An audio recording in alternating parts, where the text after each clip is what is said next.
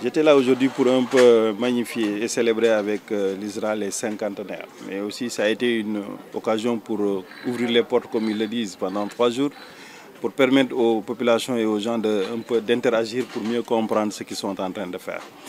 Et je magnifie ce qui est en train d'être fait au niveau de l'ISRA, parce que la recherche avance à grands pas. L'ISRA existe depuis 1974, ils l'ont dit, depuis 50 ans, et il fait des recherches, il propose aux producteurs. Mais ce qui manque, selon ce que j'ai dit tout à l'heure d'ailleurs, c'est dans le cadre de la vulgarisation qu'il faut un peu renforcer, c'est-à-dire la communication.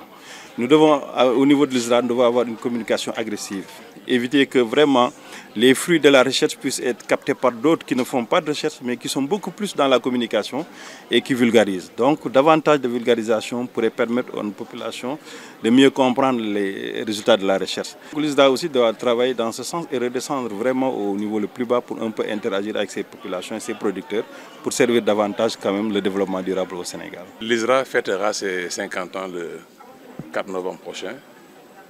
50 ans d'ISRA, mais la recherche agricole au Sénégal a commencé avant les années 1900. L'ISRA, en fait, en 1974, lorsqu'il a été créé, c'était pour être le moteur et le fer de lance de l'agriculture. Et les nouvelles autorités ont décidé donc, lors du Conseil des ministres donc, qui s'est tenu donc, au mois de juillet, de redonner à l'ISRA les moyens de se refonder la recherche agro-silvopastorale et halieutique et la vulgarisation des travaux de recherche pour que le monde paysan puisse en disposer.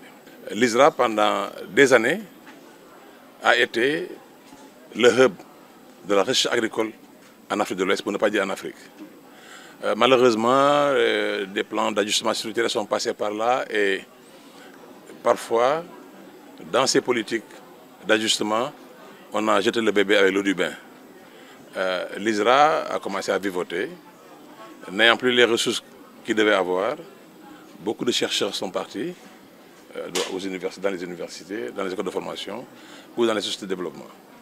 Et les nouvelles autorités qui ont misé donc sur la souveraineté alimentaire ont compris qu'il n'y a pas de souveraineté alimentaire sans recherche agricole performante.